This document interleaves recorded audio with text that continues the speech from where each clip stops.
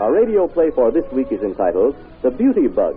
It is a dramatization based on a story which will be found in the fascinating pages of next Sunday's issue of the American Weekly, that educational and entertaining magazine distributed with every Hearst Sunday newspaper from coast to coast.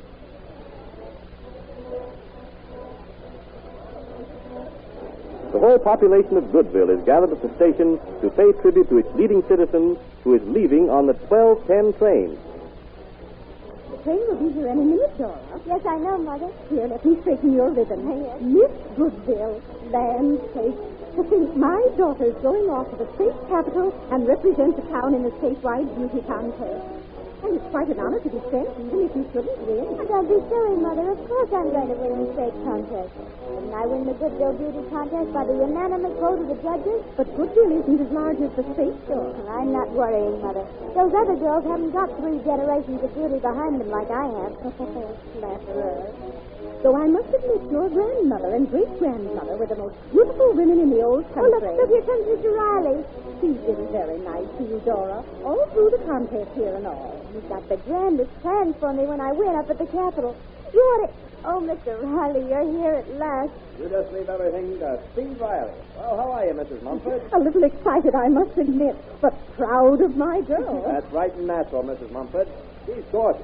I've handled hundreds of beauty contest winners, but little Dora's the princess of them all. And I'll be a queen when I come back to Goodville. Sure thing. Now, Dora, you know what you're going to say in response to the mayor's send-off? Oh, yes, Mr. Riley. I want to thank each and every one of you. Save it for the newsreel. Hey, I've got some last-minute details to take care of before that train comes in. I'll see you later. Why, here's Roger come to see you all. Oh, Roger, how nice of you. If you knew I'd be down, Dora. Howdy, Mrs. Mumford. Hello, Roger. Dora, I'm going over and see that they don't forget your trunk. All right, I'll be back in a few minutes. I wanted to talk to you, Dora, before the train pulled in. Oh, Roger, dear, what's the matter with you? You don't act natural. You look as though this were a funeral instead of a festive occasion. I feel like it was my funeral. Oh, darling, what are you talking about? Well, come into the telegraph office a minute. I want to talk to you. All right. Dora, please don't take this train. What? Don't leave Goodville today. Don't leave. Roger, are you fooling? Look at me, dear. Am I fooling? No. Well, how can you stand here and ask me? There's only one reason. I love you. Love me? I thought you did, Roger, but this doesn't sound like I've it. never loved you any more than I do this very minute, Dora. Why do you ask me not to leave Goodville? Because I don't want you to enter that beauty contest. Roger, you didn't have any objections to my entering the beauty contest I just won here in Goodville. The contest run by Mr. Riley. Well, that's true, but Well, you he's didn't- running the state contest, too. Yes, but I thought you'd win here, and that'd be all there'd be to it. I was wrong. Now you've got the beauty contest bug. Roger. Oh, don't let it get you. Don't let this smooth-talking publicity man sweep you off your feet. You leave Mr. Riley out of this. He's been wonderful to me. He has the grandest plans for me when I win this state contest. I'll bet he has. Personal plans. If you came here to insult Mr. Riley in front of me, you can leave right now, Roger Hawkins, or I will. Wait, Dora, wait. Don't go away. Oh, all right, then. Will you stop saying mean things about Mr. Riley? All right. I'll talk about us. Honey, stay here in Goodville and be Mrs. Roger Hawkins. Oh, don't be silly, Roger. I can't back out now. The whole town's here to give me a send-off. A woman can always change her mind, can't she? Not publicly. Listen, honey. If you climb on board that 12:10, you may never come back to me. Oh, Roger, dear, now don't be so melodramatic. What difference can this contest make in our love? It isn't the contest, Dora. It's what it will lead to. What are you hinting at? I'm not hinting. I'm warning you. If you go up there and win this If contest... I win, of course I'm going to win. All right. When you win. That's better. It'll mean a tour of personal appearances, publicity stunts, more contests, an endless chain. Roger. What kind of a home do you think we'd have? Home? Can't you see what it'll mean, darling? Drop the whole darn thing. Well, let me get this straight. You're asking me to give up my chance to be queen of beauty? I'm asking you to forget all the stuff this guy Riley's been handing out and stay here and become my wife. This upstate contest isn't worth anything. Oh, it isn't. No. Oh, that's just like a bank clerk. Always thinking of financial figures. How can you know the worth of beauty? I know how much you're worth to me, Dora. But, Roger, you don't know why I've got to enter this contest. Well, why? Folks are saying that I didn't have any competition here in Goodville. Yeah. I've got to show them that competition doesn't mean anything as far as I'm concerned. There she is, listening for the junction. Oh. Train's coming, Dora. Gotta get up on the stand with me and the mayor. I'll be right along, Steve. Okie dokie. Dora, If you take this train, things can't ever be the same between us. Well, if that's the way you feel about it, Roger, goodbye. Dora, you don't... You... Goodbye, Dora. Miss Goodville, we're waiting. Dora, they're calling for you, dear. Yes, Mother, I hear them. Hey, Miss Mayor, ain't you going to say a few words? Yes, she is. You can begin, Mr. Mayor. Well, wait till I get my specs on. Let's take off your silk white hat, Mr. Mayor.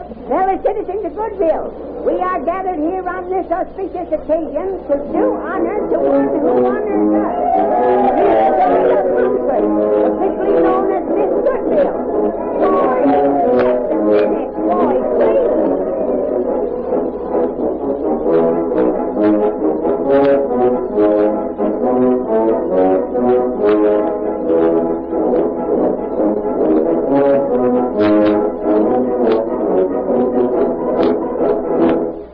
As I attempted to say before I was so brassily interrupted. Let's get going, Miss Mayor. Now, fellow citizens, we are gathered together here on this auspicious occasion to honor one who honors us by bearing the fair name of Goodville in golden letters across her brow. Yes, yes. What's that? I said yes, the golden letters on across the brow. They're on that ribbon across her chest. But I can't say that. She's decent. Decent or not, that's where the golden letters are. Well, by bearing the fair name of Goodville in golden letters across her bosom. Dora Mumford, we are proud to have you represent us as Miss Goodville, and we hope you get crowned upstate. That is to say, we hope you get the crown of Beauty Queen upstate. Okay, Dora, speak up. And don't forget to face the newsreel boys over there. Mr. Mayor, friends, and neighbors, I want to thank each and every one who has had anything to do with my being sent to represent Goodville. As soon as I am given that crown upstate, I will spread the name of Goodville across the country. I will put Goodville on the map and on every movie screen. Thank you. Goodbye, Mother. Goodbye, Dora, dear. Goodbye, and good luck. Hold it, Miss Goodville. One more picture here. One more picture. Thank you. Thank you.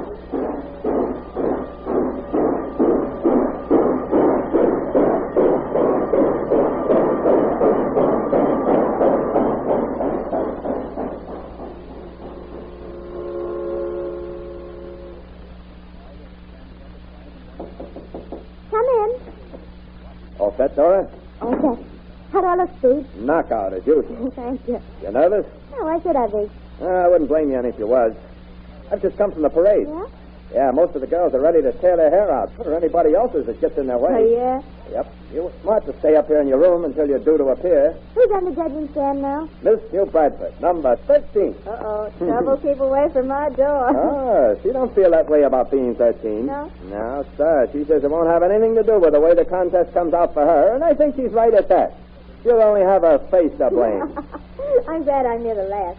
The judges won't be as vague about me as they will be about the French girls, they see. Hey, they're coming to your number now. Let's get going. All right. Help me on with my cloak, will you? Okie dokie. And now remember, that old buck with the wing collar is the chairman. Flash your moors at him as you go by. I told you before, Steve, I don't have to resort to showgirl tactics in order to win this contest. All right, you don't. But take my advice and do it just the same. And you might give him a little strut and passion like this. Get it? Steve, well, that's positively indecent. I don't know about that. But I do know it gets the girls another encore in the barbecue houses. Going down. Hey, hold that car, Sonny. Come on, in you go, Dora. Make this an express, kid, and I'll make it worth your while. Say, where do we go after we win this contest, Steve? Dora, you win today, and the next banner you wear across your chest will read Miss America 1936. The Atlantic City contest. On the street. As honest as they make 'em, baby. Oh. Main floor. Here we are, Dora, at the Lion's Den.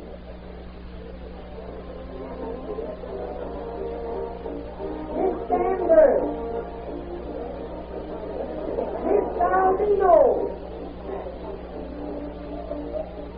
Miss Clarksdale. They're getting down to me, Steve. Here, take my cloak. Okay, Miss Bellingtree. I'm next. Do I look all right, Steve? perfect. Miss Goodville. Now remember what I told you. Play up to the old buck with the wing collar. Miss Aurora Harbor. And the last contestant, Miss Wedge Hamilton. Say, Dora, why didn't you do like I told you? You didn't even look at the old buck in the wing collar. It was beneath my dignity as a queen. You sure look regal up there, Dora. Well, we'll soon know the verdict. The judges are comparing notes. Here, Mr. Bill, slip on your cloak. I got to get up on that platform and announce the winner. Here's the judge's vote, Mr. Riley. Oh, thank you, thank you. Ladies and gentlemen, it is the unanimous opinion of the judges that the title of the Queen of Beauty of our fair state goes to the very lovely infant who merits this honored crown in the opinion of the judges. And I'm going to ask this fortunate beauty to step up here. Ladies and gentlemen, the beauty queen for 1935, Miss Genango Fall.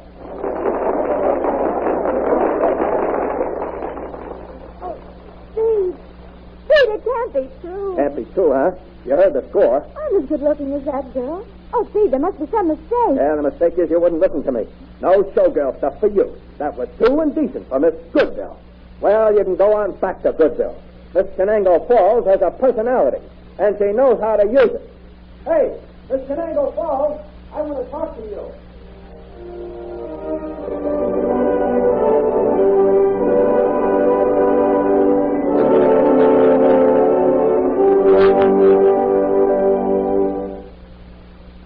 Say, see that girl over there? She's been hanging around for a couple of hours. Every time a train goes through, she's stared at it until it's gone out of sight. Seems like she's in a trance. Yeah, I noticed her. Looks like she's screwing up her courage to make a jump. Well, better keep an eye on her. Yeah. Well, here comes number 88 West. Let's me and you mosey over and stand there, huh? Right. Hey, grab her ass. I got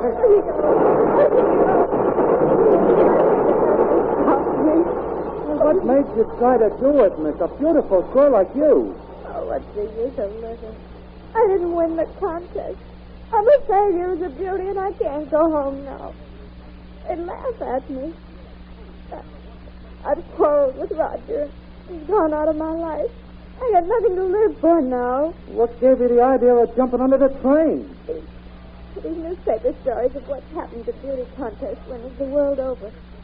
This one took poison, and this one shot herself.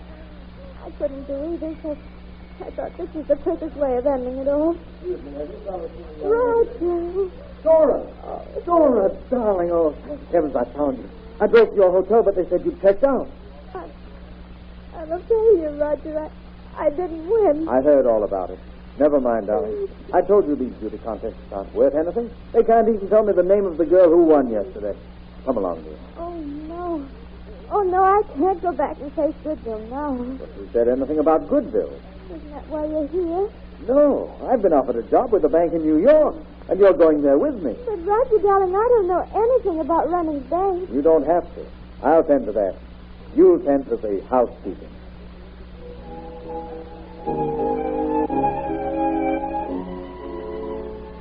This radio drama was suggested by one of the many entertaining stories which appear in next Sunday's issue of the American Weekly, the magazine distributed from coast to coast with every Hearst newspaper next Sunday. This is Wentworth announcing and turning the microphone over to your own announcer, who has further interesting information to give you regarding next Sunday's American Weekly.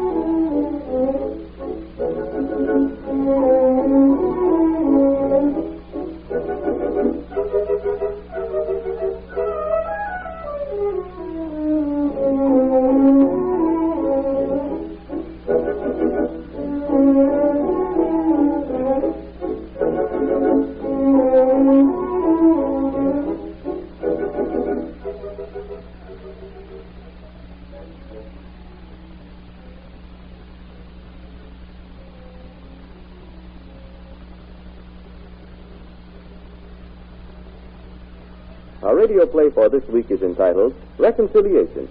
It is a dramatization based on a story which will be found in the fascinating pages of next Sunday's issue of the American Weekly, that educational and entertaining magazine distributed with every Hearst Sunday newspaper from coast to coast. Cigarette? It's Saturday night at the White Kitten Club. It's not all quiet on the cover charge front. And Mona Riley, who is paid to circulate among the tables with a tray of cigarettes and souvenirs 7 nights a week, is doing just that. Cigarettes and souvenirs. Cigarettes? Cigarettes? How about you, sir? I'm willing. What brand, sir? Whatever this pretty little hand is holding. Here you are, sir. 25 cents. Oh, thank you, sir. That's for you, not the pirate who runs this place. Now, how about it? How about what? How about you and me getting acquainted? Why not? No sooner said than done. Here, sit down and rest yourself. Oh, I'll have to finish making my rounds first. Okay, honey. And while you're doing that, I'll just go and make a phone call. Cigarettes, souvenirs, and cigarettes.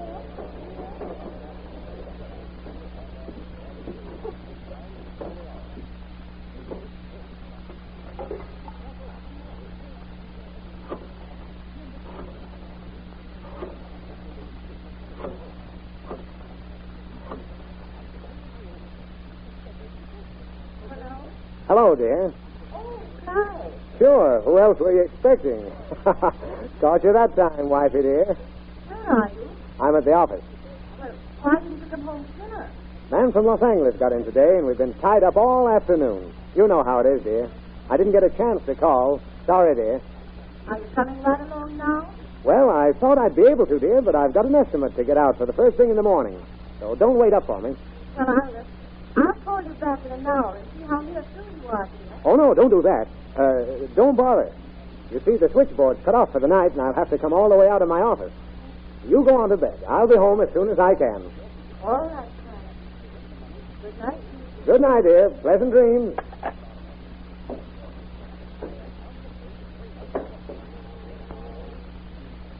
Ah, here you are, honey. Coming back to my table with me? Soon as I turn in my cap and tray. I'll be waiting for you.